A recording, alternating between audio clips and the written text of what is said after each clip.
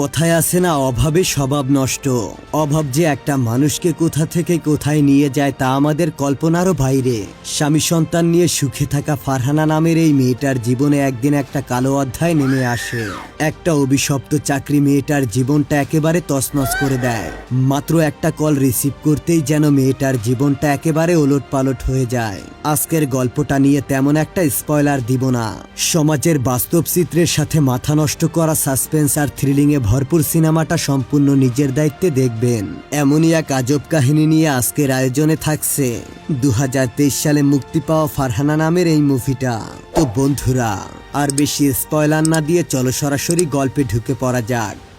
গল্পের শুরুতেই আমরা একটি মেয়েকে দেখতে পাই যে কিনা ওয়াশরুমে গোসল করছিল। কিন্তু গোসল শেষে মেয়েটি যখন ওয়াশরুম থেকে বের হয় তখন বাইরে কয়েকজন লোক মুখে আজব ধরনের মাস্ক পরে মেয়েটির জন্য অপেক্ষা করছিল।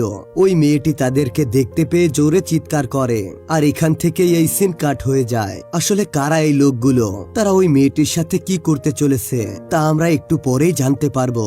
যাই হোক, এরপরে আমরা ফারহানা নামের একটি মেয়েকে দেখতে পাই যে কিনা মুসলিম ফ্যামিলির মেয়ে। ফারহানার বিয়ে হয়েছে, সে তার 3 বাচ্চা এবং হাজবেন্ডকে নিয়ে নিজের বাবার বাড়িতেই থাকে। ফারহানার বাবার একটি জুতার দোকান রয়েছে, সেখানে ফারহানার হাজবেন্ডও কাজ করে। বর্তমানে তাদের দোকানের অবস্থা খুব একটা ভালো চলছিল না, তবে অতীতে কোনো এক সময় এই দোকান অনেক ভালোভাবেই চলতো। ফারহানার বাবা এই দোকান চালিয়ে তার 3 মেয়েকেই বিয়ে দিতে পেরেছিল। তাছাড়া ফারহানার হাজবেন্ড একজন সাদাসিধা লোক ছিল এবং তাদের যা ইনকাম ছিল তা দিয়ে তার বাচ্চাদের পড়ার খরচই চলতো না। এখন ঘরের এই অবস্থা দেখতে পেয়ে ফারহানা তার বাবাকে জিজ্ঞাসা করে, যদি বাবা আপনি অনুমতি দেন তাহলে আমি কোনো একটা চাকরি করি। কিন্তু ফারহানার বাবা ছিল পুরনো যুগের মানুষ, সে বাড়ির মেয়েদেরকে বাইরে কাজ করা পছন্দ করত না। এমনকি ফারহানার কাছে নিজের একটা মোবাইল ফোনও ছিল না। যত কল আসতো তা সবই তাদের ঘরের টেলিফোনেই আসতো, আর সেটা রিসিভ করার অনুমতিও ফারহানার ছিল না। কোনো উপায় না পেয়ে ঘরের খরচ চালাতে ফারহানা তার প্রতিবেশীর থেকে টাকা ধার করে। তারপর সে তার স্বামী করিমের সাথে নিজের বন্ধুর বিয়েতে চলে যায়। এখানে ফারহানা সবাইকে দেখতে পেয়ে ভেবে নেয় এই লোকগুলো লাইফস্টাইল কত না জানি সুন্দর, আমার লাইফটা কখনো কি এমন হবে। তখনই ফারহানার সাথে তার ছোটবেলার বন্ধুর দেখা হয়, যার নাম ছিল নিত্য। দুজন কথা বলার পর ফারহানার কন্ডিশন বুঝতে পেরে তার বন্ধু নিজের কোম্পানির কথা তাকে বলে, আর বলে কালকে তুমি এখানে চলে এসো, কারণ আমার কোম্পানিতে নিয়োগ চলছে। ফারহানা এই জবের ব্যাপারে তার স্বামী করিমকে বলে। পরের দিন করিম তাকে নিয়ে সেখানে চলে যায়। ইন্টারভিউ দেওয়ার পর ফারহানা যখন বাইরে চলে আসে তখন সে করিমকে বলে, আমার ইন্টারভিউ পাশ হয়ে গিয়েছে। এই কথায় করিম তেমন একটা খুশি হয় না, কিন্তু সে ফারহানাকে কিছু বলতেও পারে না। আসলে করিম তো জানতো তার ইনকাম না থাকার কারণেই ফারহানাকে চাকরি করতে হচ্ছে। তারপর ফারহানা নিজের জন্য একটি পার্স কেনে। সে সেই জব নিয়ে অনেকটা এক্সাইটেড ছিল। পরের সিনে ফারহানা যখন ডিউটিতে যাওয়ার জন্য রেডি হচ্ছিল তখনই এই ব্যাপারটা তার বাবার মোটেও ভালো লাগে না। করিম ফারহানার জন্য একজোড়া নতুন জুতো কিনে আনে, আর সেটা সে নিজের হাতেই ফারহানাকে পরিয়ে দেয়। তারপর ফারহানা অফিসে চলে যায়। এখানে ফারহানা জানতে পারে তাদেরকে আজকে ট্রেনিং করানো হবে, যেন তারা এখানে সব কাজ করার সিস্টেম বুঝে যায়। আসলে এটা একটা ক্রেডিট কার্ড সেলিং সেন্টার। এই ব্যাপারে ফারহানাকে সবকিছু দেখানো হয় এবং বোঝানো হয়। ট্রেনিং শেষ হওয়ার পর ফারহানা প্রথমবার কোনো কাস্টমারের সাথে ভয়ে ভয়ে কথা বলতে শুরু করে। এখানে সে খুব সহজেই কাস্টমারকে বুঝিয়ে নিজের ক্রেডিট কার্ড সেল করতে সক্ষম হয়। ধীরে ধীরে ফারহানা এই কাজে অনেক বেশি এক্সপার্ট হয়ে পড়ে। এই জবটা করার কারণে তার ভেতরে এখন আলাদা একটা কনফিডেন্স চলে আসে। এখানে স্যালারি এবং সুযোগের মাধ্যমে ফারহানার ঘর এখন খুব ভালোভাবেই চলছে। কিন্তু তার অফিসের বিল্ডিং এর উপরের ফ্লোরে একটি অন্য ডিপার্টমেন্ট ছিল, যেখানে কাজ করা মেয়েরা অনেক বেশি সুযোগ সুবিধা পেয়ে থাকে এবং ওই মেয়েদের গাড়িতে করে অফিসে নিয়ে আসা হয়। এমনকি তাদের কাছে আইফোনও রয়েছে। এখন এই সবকিছু দেখতে পেয়ে ফারহানার ইচ্ছে হয় সে অফিসের ওই ফ্লোরে কাজ করবে। ফারহানার বন্ধু নিত্য যখন ওই ফ্লোরে যাচ্ছিল তখন ফারহানা তাকে বলে, আরে আমাকে ওই জায়গায় একটা কাজের ব্যবস্থা করে দাও। তখন নিত্য বলে, তুমি যেখানে আছো সেখানে খুব ভালো আছো, আমাদের কাজ তুমি করতে পারবে না, তাই যেখানে আছো সেখানে তুমি মন দিয়ে কাজ করো। হঠাৎ একদিন ফারহানার ছোট্ট বাচ্চা অসুস্থ হয়ে পড়ে। সবাই তাকে নিয়ে হসপিটালে যায়। এখানে ডাক্তার তাদেরকে জানায় বাচ্চার লাঞ্চে প্রবলেম হয়েছে, তাই খুব দ্রুত অপারেশন করতে হবে। যাই হোক, এটা শুনতে পেয়ে ফারহানা কোনো উপায় না পেয়ে এক জায়গা থেকে লোন নিয়ে তার বাচ্চার অপারেশন করায়, কিন্তু তাকে তো এই লোন পরিশোধ করতে হবে। তাই ফারহানা নিত্যকে তার এই প্রবলেমের কথা বলে আর তাকে অনুরোধ করে বলে তাকে ওই অফিসে চাকরি দেওয়ার জন্য। না চাইতেও নিত্য ফারহানাকে নিয়ে তার বসের কাছে চলে যায়। তারপর বস নিত্যকে বলে তুমি ফারহানাকে এই কাজের ব্যাপারে সবকিছু বুঝিয়ে দাও। বস জানায় তারা 1 সপ্তাহ ফারহানার পারফরমেন্স দেখবে, যদি সবকিছু ঠিকঠাক থাকে তাহলে ফারহানাকে কন্টিনিউ কাজ করতে দিবে। এরপর নিত্য ফারহানাকে বলে এই কাজ কিন্তু তোমার আগের কাজের থেকে আলাদা। আসলে এটা একটা অনলাইন চ্যাট সার্ভিস, যেখানে শুধুমাত্র লোকেরা এই জন্য কল করে যেন তারা মেয়েদের সাথে নিজের মনের কথা শেয়ার করতে পারে। এখানে লোকদের সাথে অনেক অশ্লীল কথাও বলতে হয়। নিত্য জানায় কোনো কাস্টমারের সাথে তুমি যত বেশি কথা বলবে তোমার ইনকাম তত হবে, এবং এখানের কিছু নিয়মও রয়েছে, যেমন তুমি কোনো কাস্টমারকে নিজের ব্যাপারে বলতে পারবে না, এমনকি নিজের আসল নামও তাকে বলা যাবে না। আর যদি কেউ এমনটা করে তাহলে বিবেক তার ব্যাপারে বসকে কমপ্লেইন করে দিবে, আর বস তাকে চাকরি থেকে বের করে দিবে। এখানে বিবেকের কাজ ছিল এটাই, সে সমস্ত কল রেকর্ডগুলো শুনতো। এসব কথা শেষ হওয়ার পর নিত্য তার ক্লায়েন্টের সাথে কথা বলতে শুরু করে। তার কথা শুনে ফারহানার অনেক বেশি খারাপ লাগে। এমনকি যখন ফারহানা ঘরে যাচ্ছিল তখন তার মনে হয় যে সবাই তাকে খারাপ নজরে দেখছে। তাই ফারহানা ঠিক করে সে তার পুরনো জবেই ফিরে যাবে। ঘরে ফারহানাকে চিন্তিত দেখতে পেয়ে করিম তাকে এর কারণ জিজ্ঞাসা করে। ফারহানা তাকে বলে আচ্ছা, একজন কাস্টমার তার সাথে খুব বাজেভাবে আচরণ করেছে। এটা শুনতে পেয়ে করিম হাসতে হাসতে বলে এতে ঘাবড়ানোর কি আছে, এটা তো মূলত জবেরই একটা অংশ। যেমনটা আমি প্রতিদিন দোকানে লোকদের পায়ে জুতো পরিয়ে দিই, কিন্তু আমি বাইরে তো এটা করি না। ডিউটির সময় কেউ যদি তোমার সাথে খারাপ ব্যবহার করে সেটা একদমই ঠিক আছে, কিন্তু জবের বাইরে কেউ এমনটা করলে তাকে শিক্ষা দেওয়া উচিত। এখন করিমের এসব কথা শোনার পর ফারহানা কিছুটা সাহস খুঁজে পায়, তাই সে আবার ওই অফিসে চলে যায়। এখানে সে নিত্যকে জিজ্ঞাসা করে আসলে লোকজন এমন কথা কেন বলে, তাছাড়া মেয়েরা এখানে যে কাজ করে সেটা তো অন্যায়। নিত্য ফারহানাকে বোঝায় আর বলে আরে এটা তো শুধুমাত্র একটা সার্ভিস মাত্র, এর মাধ্যমে ওই লোকগুলো নিজের মনের কথা বলতে পারে, যেটা মূলত তারা তাদের ওয়াইফকে বলতে পারে না। তাছাড়া ওই লোকেরা কোনো মেয়ের সাথে খারাপ তো আর কিছু করছে না। এসব বোঝানোর পর ফারহানা আবার লোকদের সাথে কথা বলতে শুরু করে দেয়। তারপর অনেক লোকজন ফারহানার সাথে আজব আজব কথাবার্তা বলতে শুরু করে। এই অফিসে সোফিয়া নামের একটি মেয়ে কাজ করত, যে কিনা সবচেয়ে বেশি কথা বলে সব সময় টপে থাকে। পরের দিন ফারহানা আবারও কাজে চলে আসে। সে কোনো ক্লায়েন্টের সাথে কথা বলতে কমফোর্ট ফিল করছে না। তখন তার কাছে একজন ক্লায়েন্টের কল আসে। সে তাকে অশ্লীল নয় বরং অনেক সম্মান দিয়ে কথা বলে। এসব শুনে ফারহানা অনেক বেশি খুশি হয়। তার কাছে মনে হচ্ছিল এই লোকটা অনেক ভালো মনের একজন মানুষ।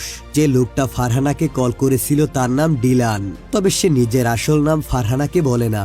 ফারহানাও রুলস হিসেবে এখন থেকে তার নাম সবাইকে ঈশা বলে।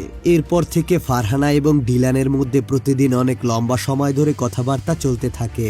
এতে করে ফারহানার পারফরমেন্স অনেক বেশি ভালো হতে থাকে। এখন তার উপরে শুধুমাত্র সোফিয়াই রয়েছে। একদিন ফারহানা ডিলানকে বলে আমি খুব তাড়াতাড়ি এই জবটাকে ছেড়ে দিব, কারণ আমার কাছে এই কাজটা সঠিক লাগছে না। তখন ডিলান তাকে বলে না ঈশা, তুমি এমনটা করো না, আমার শুধুমাত্র তোমার সাথে কথা বলতে অনেক বেশি ভালো লাগে। আমাদের দুজনের মধ্যে এক আজব কানেকশন তৈরি হয়েছে। এখন ডিলানের এই কথা শুনে ফারহানার অনেক বেশি ভালো লাগে, আর তাই সেই জবটাকে কন্টিনিউ করার সিদ্ধান্ত নেয়। এভাবে একদিন কথা বলতে বলতে ডিলান জানতে পারে ফারহানা একজন মুসলিম পরিবারের মেয়ে। এতে করে ফারহানা কিছুটা চমকে যায়, কারণ ডিলান ছিল একজন খ্রিস্টান ছেলে। এতদিন কথা বলার কারণে তাদের মধ্যে একটা কানেকশন তৈরি হয়েছে এবং তারা একে অপরের সাথে রিলেশনে জড়িয়ে পড়েছে। তাদের মধ্যে এইসব বিষয় নিয়ে অনেক বেশি কথা হতে থাকে। এদিকে তাদের কথা বিবেক অনেক খেয়াল দিয়ে শুনতে থাকে, কারণ সে বুঝতে পারে ফারহানা এবং ডিলানের মধ্যে কিছু একটা চলছে। ডিলান ফারহানাকে বলে এখন তো রমজান মাস চলছে, তো রোজা রেখে তুমি এত কথা কিভাবে বলতে পারো। সে ফারহানাকে বিশ্রাম করতে বলে আর মিউজিক শোনাতে থাকে। এরপর ডিলান ফারহানাকে বলে আমি তোমাকে একটা ছোট্ট উপহার দিতে চাই। এটা শুনতে পেয়ে ফারহানা তাকে বলে আপনি কোনো অসহায় মানুষকে সেটা দিয়ে দিন, সেটা আমার জন্য সবচেয়ে বড় প্রাপ্তি হবে। তারপর ঘরে ফেরার সময় ফারহানা মেট্রো স্টেশনে একজন ভিখারির কাছে ঈশা নামের একটি পার্সেল দেখতে পায়। ফারহানা তার কাছে এই ব্যাপারে জানতে চাইলে বুড়ো লোকটা তাকে বলে এটা আমাকে একটা লোক দিয়েছে, সে আমাকে ঈশা নামের একটি মেয়েকে দিতে বলেছে এবং সে আমাকে অনেক বেশি টাকাও দিয়েছে। তারপর ফারহানা যখন ওই গিফটটিকে খোলে তখন সে সেখানে দেখতে পায় এখানে একটি মিউজিক ইনস্ট্রুমেন্ট ছিল, যেটা দেখার পর ফারহানা অনেক বেশি খুশি হয়। তবে পরের দিন অফিসে যাওয়ার পর ফারহানার কাছে ডিলানের কোনো কল আসে না। এতে করে সে অনেক বেশি অস্থির হয়ে পড়ে আর ভাবে ডিলানের কিছু হয়নি তো। যাই হোক, ফারহানার কাছে বিভিন্ন লোকদের কল আসতে থাকে, যেগুলো সে একটার পর একটা কাট করে দেয়। এমন করেই ফারহানা 2 দিন অপেক্ষা করতে থাকে, কিন্তু এখন পর্যন্ত ডিলানের কোনো কল আসেনি। তাই সে সোফিয়াকে সাথে নিয়ে নিজের জন্য একটি মোবাইল ফোন কিনে আনে। তারপর সে সোফিয়াকে নিজের আধার কার্ড দেয়, যেন সোফিয়া তার জন্য একটি সিম কার্ড কিনে আনে। এরপর ফারহানা নিউজ পেপারের হেডলাইনে দেখতে পায় একজন মিউজিশিয়ান অ্যাক্সিডেন্ট করে মারা গিয়েছে, আবার সে নাকি কোনো মেয়ের সাথে অনলাইনে চ্যাটিং করত। এই নিউজ দেখতে পেয়ে ফারহানা ভেবে নেয় এটা হয়তোবা ডিলান ছিল। এই ব্যাপারে সে নিত্যকে শেয়ার করে। এরই মধ্যে হঠাৎ করে ফারহানার কাছে ডিলানের একটা কল আসে। তারপর সে ফারহানার কাছে যোগাযোগ না করার জন্য তাকে সরি বলে। সে বলে তার ফোন নষ্ট হয়ে গিয়েছিল, আর এই কারণেই সে তার সাথে কথা বলতে পারেনি। ফারহানা তাকে বলে, আমি তো ভেবেছি আপনার কিছু একটা হয়ে গিয়েছে, আর এই ঘটনার পর আমি এটা বুঝতে পেরেছি যে আমাদের লাইফটা অনেক বেশি ছোট, যে কোনো সময় আমাদের কিছু হয়ে যেতে পারে, তাই আমি আপনার সাথে দেখা করতে চাই। এসব শোনার পর ডিলান প্রথমে তাকে তার নিজের আসল নাম বলে, আর বলে আমি তোমার সাথে কালকে ঈদের দিন দেখা করতে চাই। এতে করে ফারহানাও রাজি হয়ে যায়, আর বলে আমি আপনার জন্য কালকে বিরিয়ানি রান্না করে নিয়ে আসব। এখন তাদের এই সব আলোচনা শুনতে পেয়ে বিবেক প্রথমে তার বসকে বলে দেওয়ার কথা ভাবে, কিন্তু তারপরও সে নিজেকে থামিয়ে নেয়, কারণ সেও ফারহানার মতোই রহস্যজনক লোকটাকে দেখতে চায়। পরের দিন ফারহানা অনেক খুশি মনে তার জন্য বিরিয়ানি রান্না করে, কিন্তু যখন বাইরে যাওয়ার সময় হয়ে যায় তখন সে ঘর থেকে বের হওয়ার সুযোগ পায় না। তবে সন্ধ্যায় ঘরের সমস্ত লোক ঘুরতে যাওয়ার প্ল্যান করে।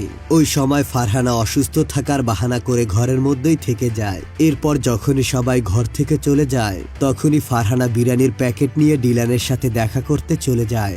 রাস্তায় করিম ও ফারহানাকে কোথাও যেতে দেখে ফেলে, কিন্তু সে চুপচাপ ফারহানাকে ফলো করতে থাকে। কিছুক্ষণ পর ফারহানা মেট্রো স্টেশনে এসে পৌঁছায়, যেখানে বিবেকও তার জন্য ওয়েট করছিল। সেও ফারহানার মতো ডিলানকে দেখতে চায়। তখন ফারহানার কাছে নিত্যর কল আসে। নিত্য তাকে বলে যে সোফিয়া তার কোনো ক্লায়েন্টের সাথে বাইরে দেখা করত, আর ওই ক্লায়েন্ট একদিন সোফিয়াকে একটি হোটেলে নিয়ে যায়। সেখানে আরো লোকজন ছিল, তারা সবাই মিলে সোফিয়ার সাথে এনজয় করতে চায়। আর তখন জোরাজোরি করার সময় সোফিয়ার গলায় কোনো ধারালো একটা জিনিস ঢুকে যায় এবং সেখানেই তার মৃত্যু হয়। আসলে মুভির শুরুতে এই ঘটনাটাই দেখানো হয়েছিল। এখন এই সব কথা শোনার পর ফারহানার পায়ের নিচের মাটি সরে যায়, আর সে ওই বিরিয়ানির প্যাকেট ওখানে রেখে দিয়েই ঘরে ফিরে আসে, কারণ তার সাথেও সোফিয়ার মতো সেম ঘটনা ঘটতে পারে। যখন সে ঘরে চলে আসে তখন তার আগেই পুলিশ চলে আসে। তারা এখানে মূলত সোফিয়ার জন্য এসেছে, কারণ সোফিয়ার ব্যাগে তারা ফারহানার আধার কার্ড পেয়েছে, যেটা মূলত ফারহানা ফেরত নিতে ভুলে গিয়েছিল। এরপর পুলিশ ফারহানাকে জিজ্ঞাসাবাদ করে সেখান থেকে চলে যায়। তারপর ফারহানার ফোনের ব্যাপারে তার বাবাও সবকিছু জেনে যায়, এবং এই সবকিছু হওয়ার কারণে ফারহানার বাবা তার উপর অনেক রাগ করে। তবে করিম তার উপর কোনো কথা বলে না। তবে পরের দিন ফারহানা নিত্যকে কল করে জানায় সে আজকে থেকে আর কাজে আসবে না। তখন করিম তাকে বলে তুমি হঠাৎ করে কেন কাজে যাওয়া বন্ধ করে দিলে? এতে করে লোকজন ভাববে হয়তোবা তুমি কিছু একটা করেছো, তাই তোমাকে আবারও কাজে যাওয়া উচিত হবে। তাই করিমের কথা মেনে ফারহানা আবারও অফিসে চলে যায়।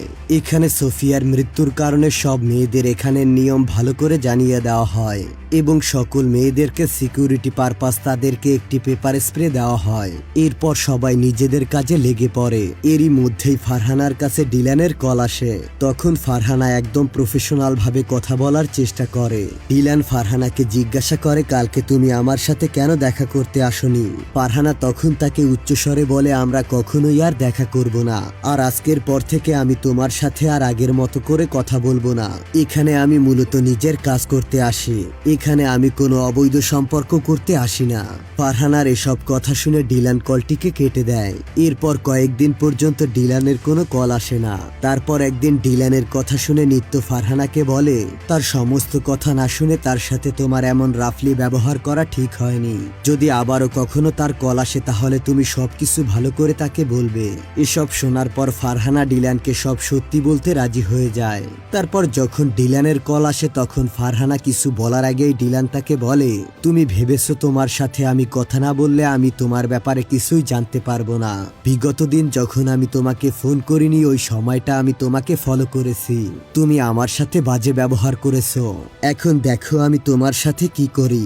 তারপর ডিলান ফারহানার আসল নাম ধরে তাকে ডাকে এবং তার অফিস থেকে ঘর পর্যন্ত ঠিকানাও বলে দেয়। সে বলে, আমি ততক্ষণ তোমাকে ফলো করতে থাকবো যতক্ষণ না তুমি আমার সাথে দেখা করতে রাজি না হও। ডিলানের এসব কথা শুনে ফারহানা অনেকটা ঘাবড়ে যায়। সে ভয়ে ভয়ে নিজের ঘরে যায়, কারণ তার কাছে মনে হচ্ছিল ডিলান তাকে ফলো করছে। ঘরে আসতেই ফারহানা দেখতে পায় এখানে ঈশা নামের একটি পার্সেল এসেছে। এটা দেখতে পেয়ে করিম বলে, এখানে তো কোনো ঈশা থাকে না, আর ওই পার্সেল সে রিটার্ন করে দেয়। পরের দিন অফিসে ফারহানাকে যখন আবারও ডিলান কল করে তখন সে ডিলানকে বলে, তুমি যদি আমাকে বিরক্ত করা বন্ধ না করো তাহলে আমি তোমার ব্যাপারে পুলিশের কাছে কমপ্লেন করে দিব। ডিলান বলে, তুমি কোন সন্দেহে কমপ্লেন করবে? একটা জিনিস মনে রেখো, আমার কাছে তোমার সমস্ত কল রেকর্ড জমা আছে যা আমি তোমার হাজবেন্ড এবং পরিবারকে দেখাতে পারি। এখন এই সবকিছু শুনে ফারহানা একদমই বুঝতে পারছে না সে এখন কি করবে, এবং সে যখন ঘরে যাচ্ছিল তখন সে দেখতে পায় কালো শার্ট পরা একটা লোক তাকে ফলো করছে। তার থেকে ফারহানা লুকানোর চেষ্টা করে। তখন ফারহানা দেখতে পায় ওই লোকটা অন্য কেউ নয়, বরং এটা তার হাজবেন্ড করিম। ঘরে এসে এই ব্যাপারে সে করিমকে জিজ্ঞাসাবাদ করে আর বলে, যদি তোমার আমার উপর সন্দেহ থাকে তাহলে আমাকে জবে কেন পাঠিয়েছো? করিম সেই বিরিয়ানির প্যাকেট দেখে বলে, ওই দিন আমি তোমাকে ফলো করেছিলাম, তারপরে আমি বুঝতে পারি যে তোমার কোনো বিপদ হয়েছে। এজন্যই মূলত আমি তোমাকে ফলো করতাম, যেন কেউ তোমার কোনো ক্ষতি করতে না পারে। এছাড়া তুমি আমাকে কিছু বলবে কিনা তার ব্যাপারে আমি কিছুই জানতে চাইবো না, তবে কাল থেকে অফিসে আমি তোমাকে নিয়ে যাব আর নিয়ে আসব। এই কথা মেনে ফারহানা করিমের সাথে প্রতিদিন অফিসে যাওয়া আসা করত। অফিসে বিবেকও জানতে পারে যে ডিলান ফারহানাকে অনেক বেশি ডিস্টার্ব করত, তাই সে এমন কিছু সিস্টেম করে যে ডিলানের কল ফারহানা ছেড়ে বাকি সকল মেয়েদের কাছেই আসতো। এই কারণে ডিলান অনেক বেশি রেগে যায়। তাই সে পরের দিন এসে দেখতে পায় ফারহানা তার হাজবেন্ডের সাথে অফিসে আসে। তাই সে রেগে গিয়ে করিমের অ্যাক্সিডেন্ট করিয়ে দেয়। তারপর সে করিমের ফোন চুরি করে ফারহানাকে বলে, আমি তোমার হাজবেন্ডকে শাস্তি দিয়েছি যেটা তোমার পাওয়ার উচিত ছিল, তবে তুমি একদমই চিন্তা করো না, সে বেঁচে আছে আর এখন একটি হসপিটালেই আছে। এসব শোনার পর ফারহানা তাড়াতাড়ি হসপিটালে করিমকে দেখতে যায়। এখানে আমরা দেখতে পাই যে করিমের পায়ে একটা চোট লেগেছে, তার তেমন সিরিয়াস কিছুই হয়নি। তার পরের দিন ফারহানা ডিলানের সামনে যাওয়ার প্রস্তুতি নিয়ে ফেলে। সে ওই মিউজিক ইনস্ট্রুমেন্টের মাধ্যমে সেই দোকানে যায় যেখান থেকে ডিলান মূলত এটা কিনেছিল। এখান থেকেই ফারহানা ডিলানের ক্রেডিট কার্ডের ব্যাপারে জানতে পারে, যেটা মূলত সেই ব্যাংকের ছিল যেখানে ফারহানা প্রথমে কাজ করত। তারপর ওখানকার টেকনিশিয়ানের মাধ্যমে ফারহানা ডিলানের ফোন নাম্বার এবং অ্যাড্রেস পেয়ে যায়। তাছাড়া ফারহানা এটাও জানতে পারে যে ডিলান এখন একটা শপে তার কার্ড ব্যবহার করে শপিং করছে। সাথে সাথে সেখানে পৌঁছে গিয়ে ফারহানা ডিলানকে খুঁজে বের করে। তখন নিত্য অফিস থেকে ফারহানাকে ডিলানকে চিনতে সাহায্য করে। তারপর ফারহানা নিজের চেহারা ঢেকে ডিলানের ফোন চুরি করার প্ল্যান করে, কারণ ওই ফোনেই তার এবং ডিলানের সকল কথার রেকর্ড আছে। কিন্তু ফোন চুরি করার আগেই ডিলান তাকে চিনে ফেলে এবং একটা পর্যায়ে তার হাত ধরে ফেলে। তখন ফারহানা লোকটার চোখে পেপার স্প্রে মেরে ফোন নিয়ে পালিয়ে যায়। ফোনের লক খোলার পর ফারহানা ওই ফোনে কিছুই দেখতে পায় না, কারণ আগে থেকেই ডিলান এই ফোনের সমস্ত ডেটা অন্য কোথাও সরিয়ে রেখেছে। এখন এই সমস্ত কিছু দেখতে পেয়ে ফারহানা একদমই ভেঙে পড়ে, কারণ ডিলান তাকে বলে যে সে সমস্ত ভিডিও ফারহানার হাজবেন্ডকে সেন্ড করে দেবে। এই ব্যাপারটা নিয়ে ডিলান লাগাতার রাতে ফারহানাকে টর্চার করতে থাকে। এতে সে অনেক বেশি ঘাবড়ে যায়। এমনকি সে যখন করিমের কাছে যায় তখন তার হাত পা কাঁপতে থাকে, এমনকি সে ভয়ে চায়ের কাপ ফেলে দেয়। পরের সিনে আমরা ফারহানাকে আবারও অফিসে যেতে দেখি। এইবার সে ডিলানকে বলে, আমি তোমার সাথে দেখা করতে তোমার ঘরে আসছি। এই কথা শুনতে পেয়ে ডিলান অনেক বেশি খুশি হয়। ওই সময় আমাদেরকে দেখানো হয় যে যখন ডিলান ঈদের দিন ফারহানার সাথে দেখা করতে আসে ওই সময় সে পেছন থেকে একটি মেয়েকে ফারহানা ভেবে টাচ করে, কিন্তু ওই মেয়েটি রেগে গিয়ে ডিলানকে থাপ্পড় মেরে দেয়। ওই কারণে এখানকার সব লোকেরা ডিলানকে আজব নজরে দেখছিল। ডিলান এখানে অনেক বেশি অপমান বোধ করে। তারপরও সে ফারহানার সাথে দেখা করতে চায়, কিন্তু সে এখনো আসেনি। তার পরের দিন থেকে ফারহানা ডিলানের সাথে কথা বলা বন্ধ করে দেয়। তাই ডিলান এখন এই সব কিছুর জন্য প্রতিশোধ নিতে চায়। এরপর ফারহানা ডিলানের ঘরে চলে আসে। ওই সময় ডিলান করিমকে কল করে বলে, তোমার ওয়াইফ আমার পেছনে পড়ে আছে আর সে এখন আমার ঘরেই আছে। আমি লোকেশন পাঠাচ্ছি, তুমি এসে তাকে নিয়ে যাও। এরপর ডিলান ফারহানার সামনে এসে বলে, আমি তোমাকে পছন্দ করি। আমি আমাদের সাক্ষাতের জন্য সবকিছুই প্ল্যান করেছিলাম। এরই মধ্যে এখানে করিম চলে আসে। সে ফারহানাকে এখানে দেখতে পেয়ে একদমই অবাক হয় না, কারণ গত রাতে ফারহানার হাত থেকে চায়ের কাপ পড়ে যাওয়ার পর ফারহানা করিমকে সবকিছুই বলে দেয়। এখানে করিমও তার কথা শুনে রাগ করেনি আর নিজের ওয়াইফের যন্ত্রণা সে বুঝতে পারে। এরপর সে ফারহানাকে তার পরিচিত এক লেডি পুলিশের কাছে নিয়ে যায় আর সেখানেই তারা প্ল্যান করে যে কালকে ফারহানা ডিলানের সাথে দেখা করতে যাবে। ফারহানাও প্রমাণ হিসেবে বিবেকের থেকে ওই রেকর্ডিং পুলিশকে দিয়ে দেয়। তারপর পুলিশ করিমের সাথে এসে ডিলানকে হাতে নাতে গ্রেফতার করে। ফারহানা ডিলানকে বলে, তুমি একটা সাইকো আর তুমি নিজেকে ছাড়া অন্য কাউকে ভালোবাসতে পারো না। আর এখানে এই গল্পটা শেষ হয়ে যায়। বন্ধুরা, এই কাহিনীতে এটাই বোঝানো হয়েছে যে মেয়েদের পক্ষে এরকম অচেনা লোককে বিশ্বাস করা কতটা বোকামি হতে পারে, কারণ আজকাল মেয়েরা অনলাইনে অনেক বেশি প্রতারণার শিকার হয়। ভিডিওটা তোমাদের কাছে কেমন লেগেছে তা অবশ্যই কমেন্ট করে জানাও। এরকম দারুণ সব মুভির এক্সপ্লেন দেখতে হলে ভিডিওতে একটি লাইক দিয়ে চ্যানেলটি এখনই সাবস্ক্রাইব করো। তো দেখা হবে পরবর্তী ভিডিওতে। ততক্ষণ পর্যন্ত ভালো থেকো, সুস্থ থেকো, আল্লাহ হাফেজ।